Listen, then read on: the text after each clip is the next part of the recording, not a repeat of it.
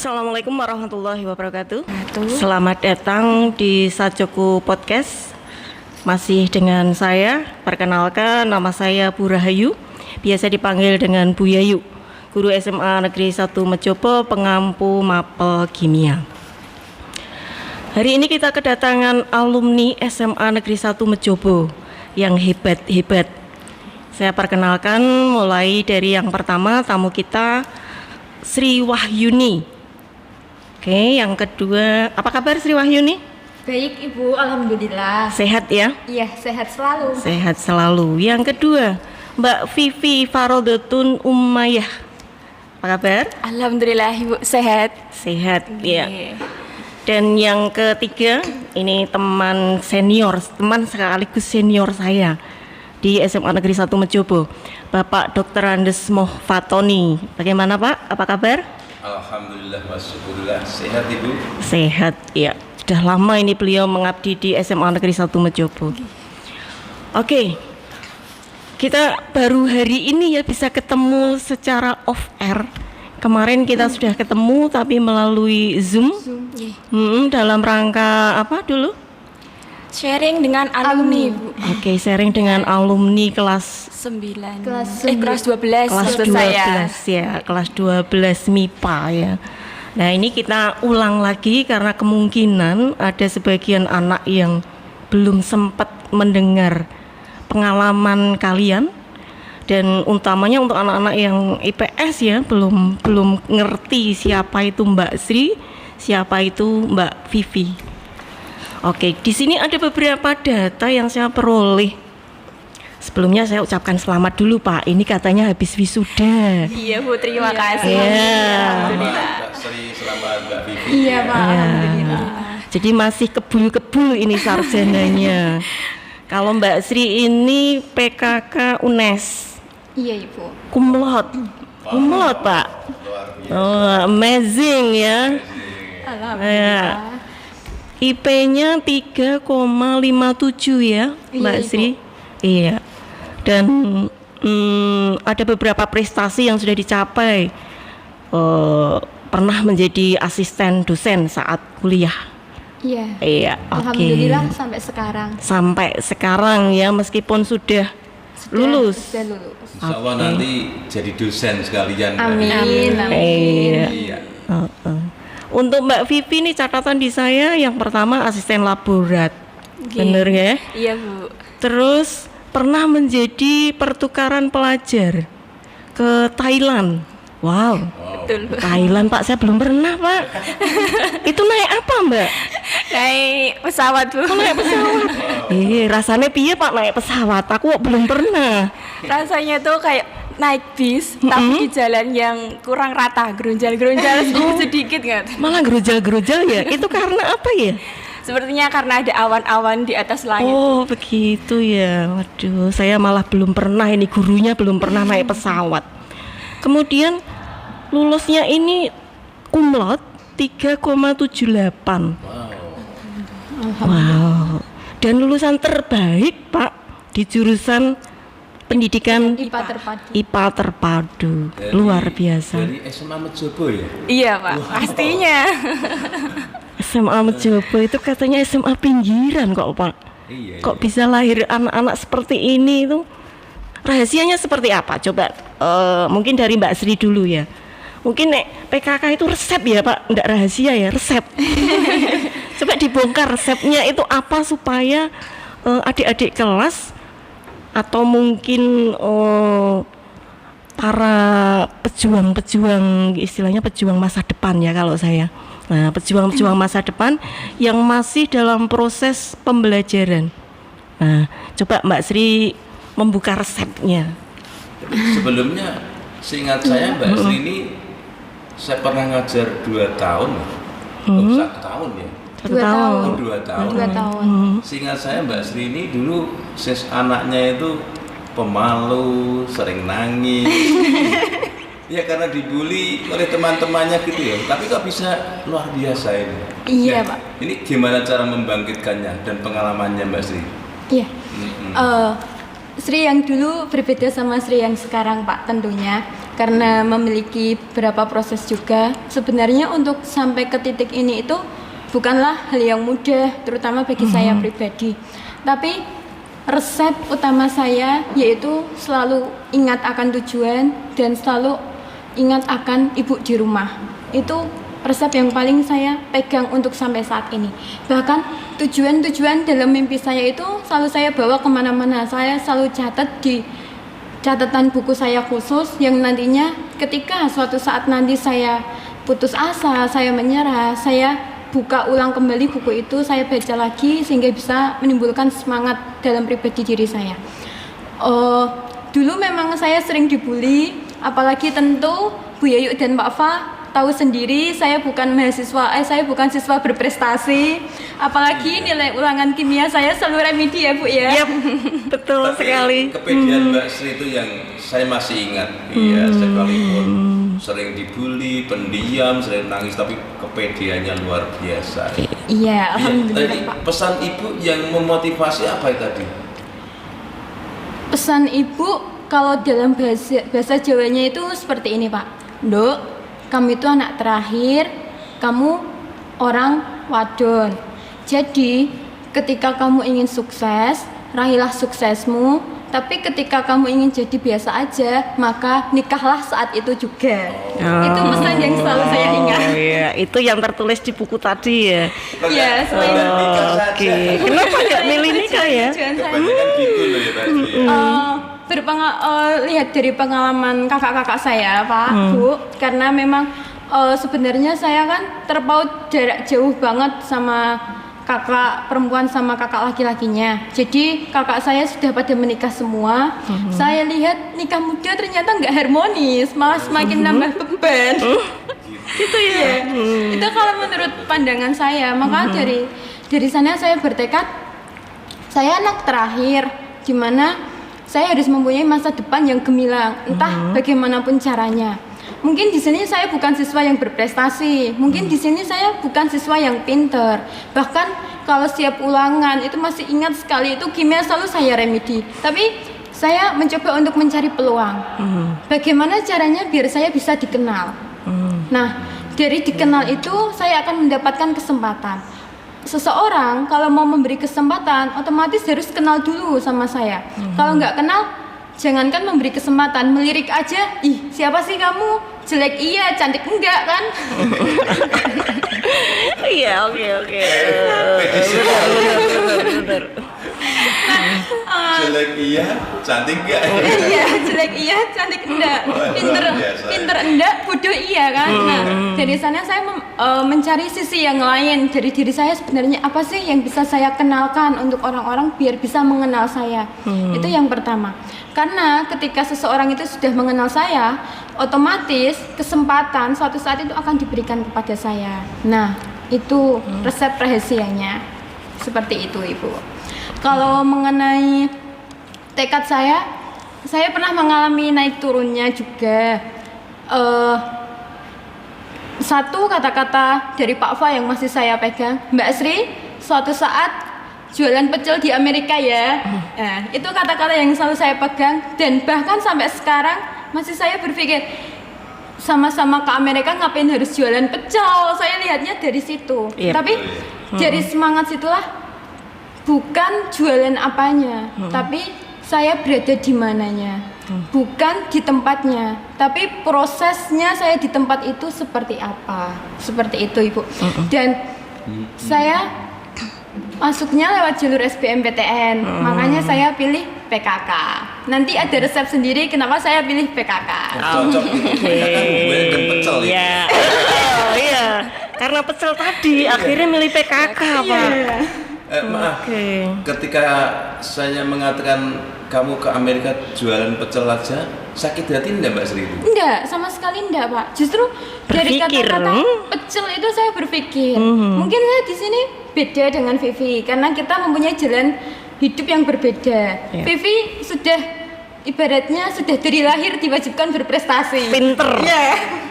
Udah dari lahir cetakannya pinter itu. Udah dari lahir cetakannya pinter. Nah, kalau saya saya harus berpikir bagaimana caranya bisa saya jualan pecel tapi di Amerika, bukan di pasar, bukan di Kudus, tapi harus di Amerika. Nah, bagaimana saya bisa sampai ke Amerika? Nah, itu yang selalu saya pikirkan. Saya ingat Mbak Sri, ya maaf ya. Tidak apa-apa, justru kata-kata itu yang memotivasi kamu justru. iya, justru kata-kata itu yang memotivasi saya. Iya. Alhamdulillah. Oke. Maksud saya memang sejauh itu. Kenapa bisa jualan pecel sampai ke Amerika? Pasti orang luar biasa. Ternyata bener ya. Iya, insya Allah gitu Mbak Sri ya. Iya, insya Allah Pak akan terbang ke sana. Amin. Ya. Kalau dari Vivi? Ya Ibu, terima kasih atas waktunya. Sebelumnya saya meluruskan dulu Bu, sebenarnya itu kita semua itu terlahir pintar. Oh iya. Sebenarnya gitu, tetapi kembali lagi ke lingkungan masing-masing. Iya, Kadang-kadang oke. lingkungan dari orang tua ataupun saudara itu kan juga mempengaruhi seperti itu. Nah, alhamdulillahnya di sini saya bersyukur sekali karena memang dari SD pun, dari SD, SMP kemudian ke SMA selalu mendapatkan ibaratnya ranking seperti itu Bu. Iya. Hingga pada akhirnya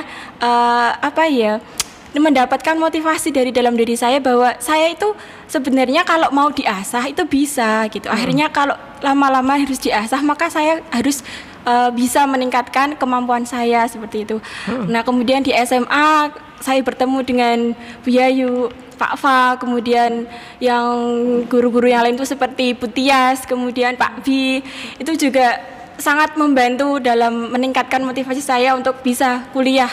Karena di lingkungan keluarga saya sendiri pun hanya beberapa yang masuk ke perguruan tinggi Bu.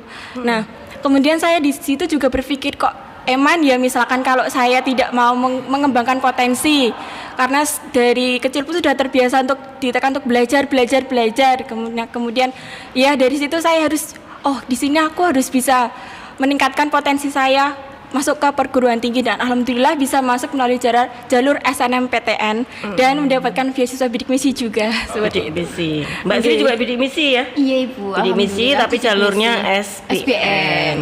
Oke ya. Terus untuk yang pertukaran mahasiswa itu ceritanya gimana itu? Itu sebuah Bu, perjuangan dan juga rezeki kalau saya pribadi Bu. Karena di jurusan saya kan terbagi 2 rombel, 2 kelas. Kebetulan saya itu masuknya di kelas yang reguler, bukan yang bilingual. Bilingual itu yang kemampuan bahasa Inggrisnya tinggi seperti itu dan diseleksi melalui nilai ujian nasional ketika SMA. Nah, kebetulan saya pas ujian nasional SMA, iya nilai tinggi. saya tinggi lawannya Bu. Dan ternyata saya masuk ke reguler padahal saat itu saya berharap bisa masuk ke bilingual seperti itu.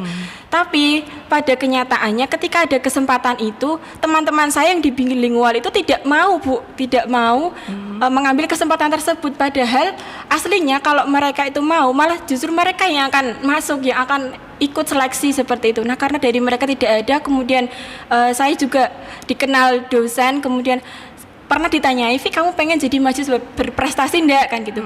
Saya mau Bu kan gitu. Oh ya sudah nanti kalau misalkan ada sesuatu yang berkaitan tentang untuk prestasi gitu, kamu mau ikut? Insya Allah Bu saya mau.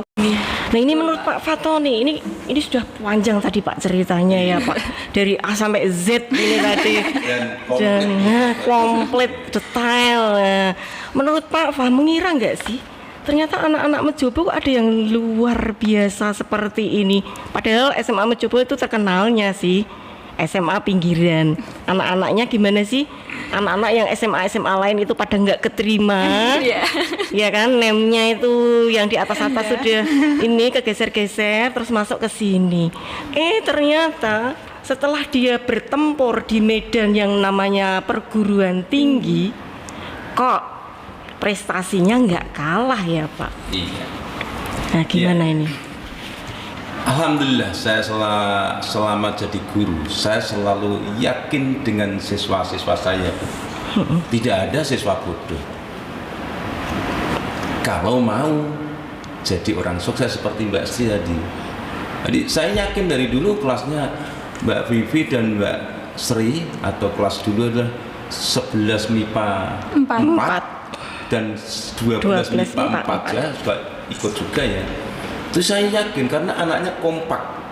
Betul, satu-satunya kelas di saat itu adalah kelas MIPA 4 yang memang kompak, energik, dinamis, selalu bisa saya semangati. Tadi saya katakan, saya nggak pernah ngajar, saya hanya nulis judul, betul nggak? Betul, Pak. Dikupas tuntas oleh siswa sendiri. Kenapa? Karena mereka punya satu kunci, empat kunci sukses, masih ingat nggak?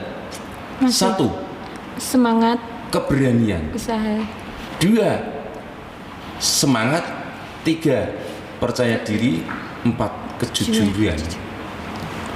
Tanpa salah satu ini memang sulit untuk berhasil. Dan selama 2 tahun saya ngajar kelas 12 MIPA 4 ini, anak-anaknya punya 4 ini, Bu, rata-rata. Dan terbukti ya, 95% tadi bisa kuliah. Jadi saya ini nggak ada teorinya siapa-siapa, saya memang mengambil teori dari pengalaman hidup saya sendiri. Seperti Mbak Sri tadi, saya bisa jadi guru berangkat dari lebih rendah dari posisinya Mbak Sri. Saudara saya 10 pernah cerita juga ya. Iya, Pak. Kenapa bisa jadi orang guru? Seperti tadi, tak rewangi nyapu halaman tetangga, tak rewangi nimbani kulah nggone tangga kos-kosan, ngubengno undangan pengajian setiap minggu sehingga kenal. Wah, rono rek dikei wedang. Artinya uang saku nggak masalah, nggak pernah minta-minta uang saku ngoyok-ngoyok. Sudah kenyang perut. Ya, bahkan jadi tukang masak juga Mbak Sri saya. Ya, makanya saya ingin ada siswa yang punya keahlian pinter masak, bakul pecel, tapi kudu ning Amerika.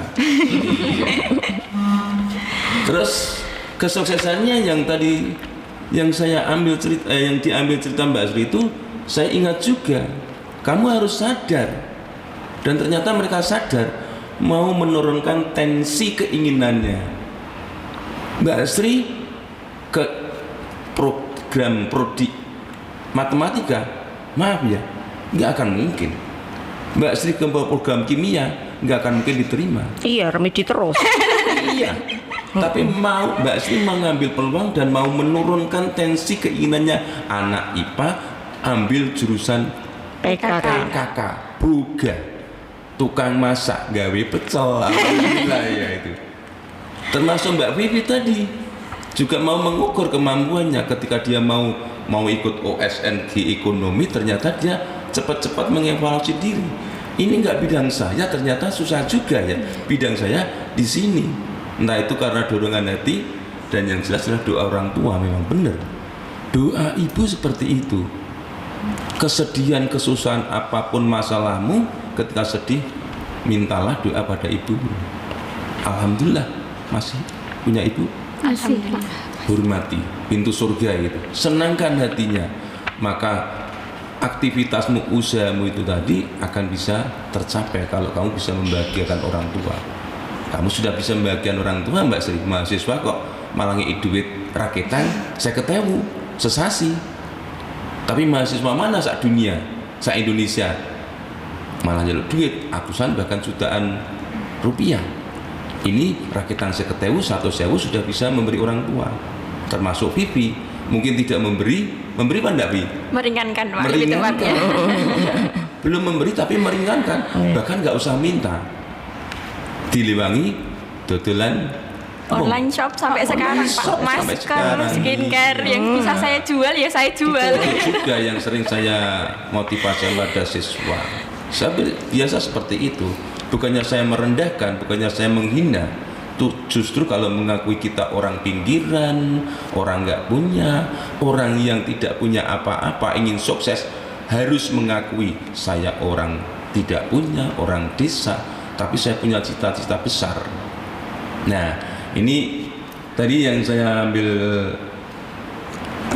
poin juga. Kebanyakan memang anak mencoba, orang tua mencoba. Mudah-mudahan nanti kalau ini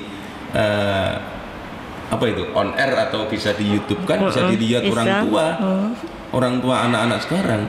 Karena kebanyakan dari dulu saya juga berjuang sama budaya gitu. Anak-anak yang pintar, saya yakin optimis anak ini bisa masuk perguruan tinggi dan bisa seperti Mbak Vivi, kumlot juga. Tapi orang tuanya nggak mau, maunya nikah, betul. Dan betul lulus baru beberapa Langsung menikah. dinikahkan. Sukses nikah. Sukses. Tapi nggak tahu bagaimana kondisi keluarganya. Mungkin sekarang anaknya Sudah juga. punya anak. Iya. Iya. Jadi kesimpulannya itu Iya. satu, memang anak harus punya cita-cita, siswa punya keinginan yang gigih bahwa belajar itu tidak harus bisa, tapi belajar adalah berusaha untuk bisa. Sekalipun tidak bisa, usahanya itu yang namanya nilai. Bukan ulangan untuk wolu nilai. Salah itu. Nilai adalah sesuatu yang berharga, yang dicita-citakan. Untuk wolu hasil ngepek, hasil niru, nyontek, apakah itu dicita-citakan? Tidak. Pembohongan itu, pembohongan diri sendiri, pembohongan pada guru bohong pada orang tua, pembohongan massal itu. Wow, jangan. Makanya saya mengambil itu. Apanya saya membuat nilai itu, nilai rapot, hasil usahamu. Sisri saya tahu, insya Allah saya tahu, walaupun salah ya, kurang pinter, tapi usahanya luar biasa. Seingat saya mungkin tidak memberikan angka 7, mungkin 8 lebih. 90. 90. Ulangan geografi wangel loh Sri, tidak mungkin dapat 70-80, tapi saya beri angka 90. Tapi OSN geografi kok ya Sri ya? Iya. Oh, OSN geografi. Iya, OSN itu. geografi. Ya, justru itu karena semangatnya luar biasa. Iya, benar. Saya ambil sebagai siswa OSN.